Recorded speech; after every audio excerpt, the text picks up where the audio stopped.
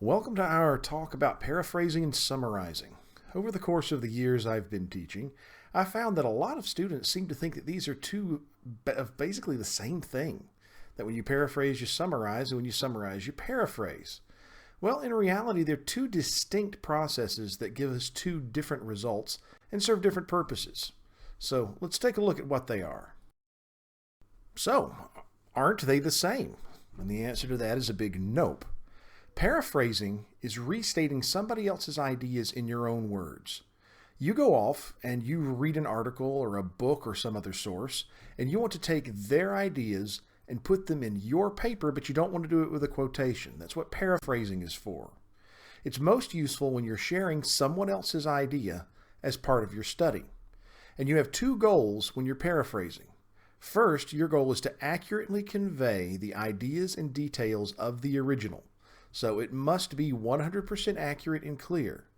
And then second, you want to completely restate those ideas entirely in your own words so that the prose is unrecognizable to the original. So no quotations in paraphrasing.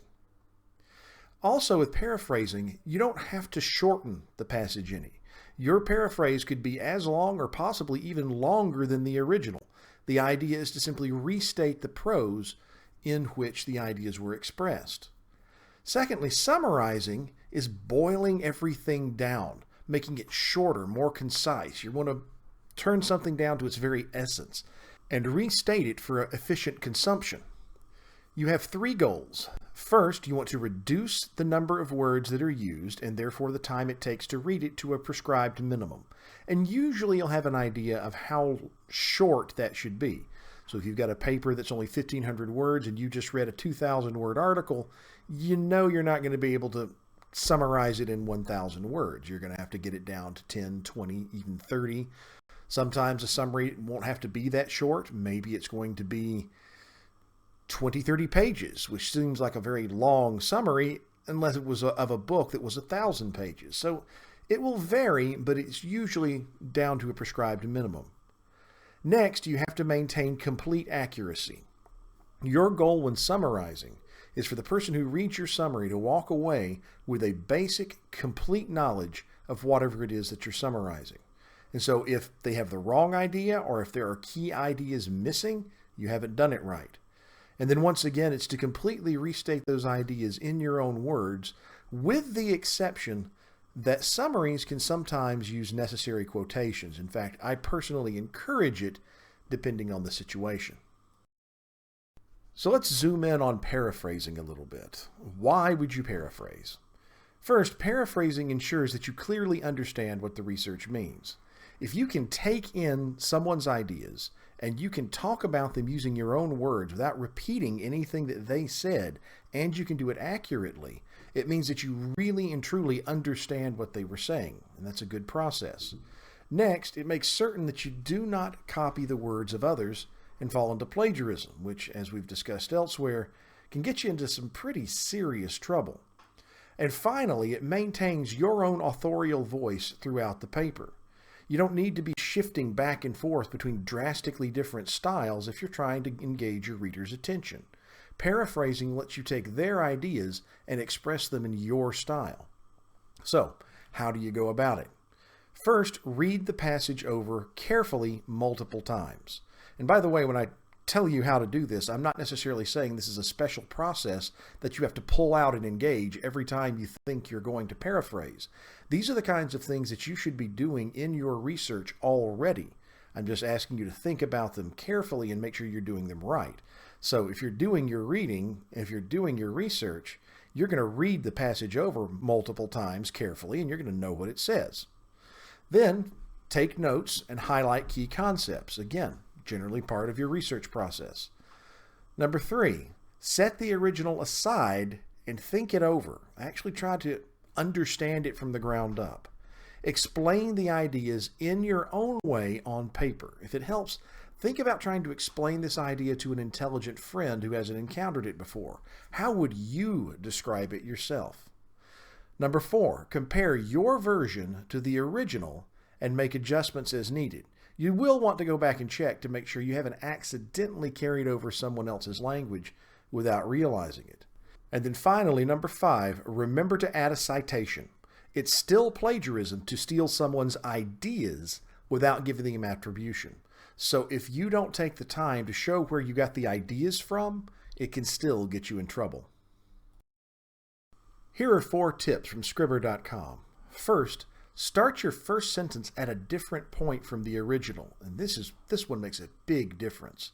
If you start your sentence in a very similar way to the original, even if you're changing the words, people are going to be able to see that and they're going to come to expect the rest to be the same as well.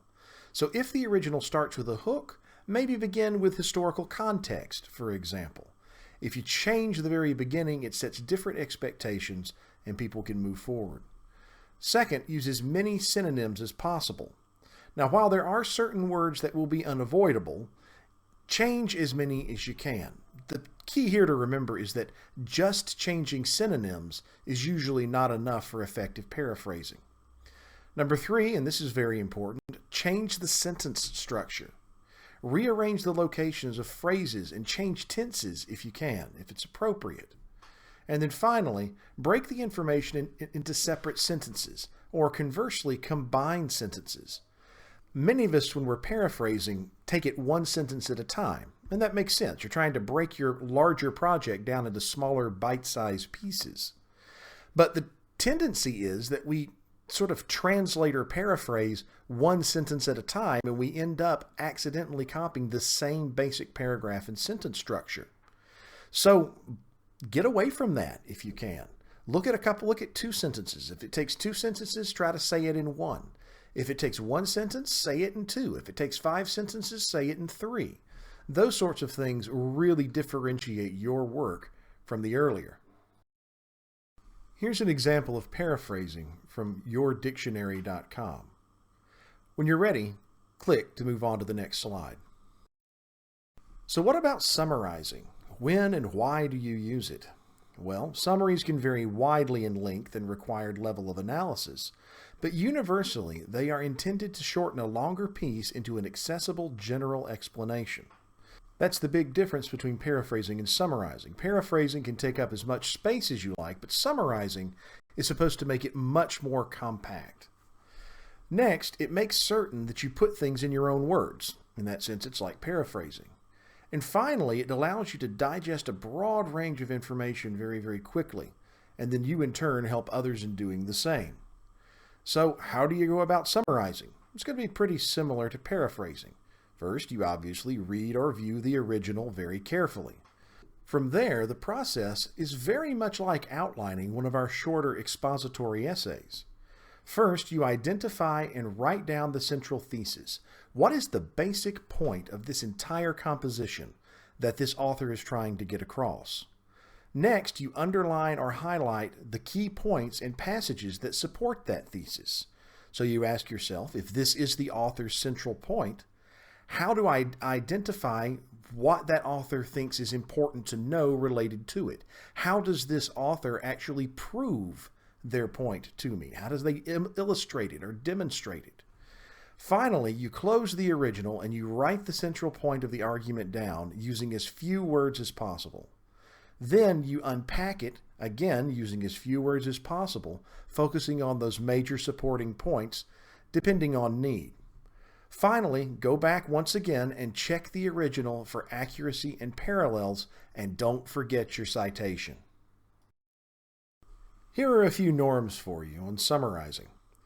First, don't insert your opinion or value statements. I know that can be difficult in some cases because you want to say something about this, but your purpose as a summarizer isn't to judge. Now, don't worry. Probably what you're going to do is summarize this here so you can judge it later in your paper. Just bear that in mind, that you want to keep a clear, objective tone, one that your reader can trust to be fair in your summarization. So, no value statements, no opinions, just give us what the original said. Next, use complete sentences. I know we're trying to make things shorter, but in a summary, you're not going to be using text message talk. Next, don't quote extensively, though do so when necessary. Remember, your goal here is to fully convey the intent and tone of the author, And there are times that you just can't do that more effectively than to provide a direct quotation from them, but only do it at key points. If we wanted to read the original, we would read the original. We're here to see your summary, so give us your summary. Next, make sure to provide a citation to the original. I can't emphasize that enough. You need author, date, and publication information at the minimum. Tag information with the author's last name so that we know where it comes from. So you'll say something like, James argues that such and such. At that point, we know that you're summarizing James rather than talking yourself. And finally, use the present tense when actively summarizing an argument.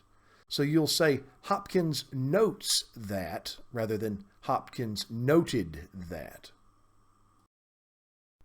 And here we have an example of a summary. You'll notice, of course, on the left, the original is much longer, much more in-depth. The one on the right, much shorter, more concise, really focuses on the basics, gets that thesis statement down, gets that basic supporting information, and provides a citation. And, of course, it's in a completely different form than the original. Well, thank you. I hope that in spite of all of this, somehow you've enjoyed this presentation and that you know a little more about paraphrasing and summarizing. Have a good day.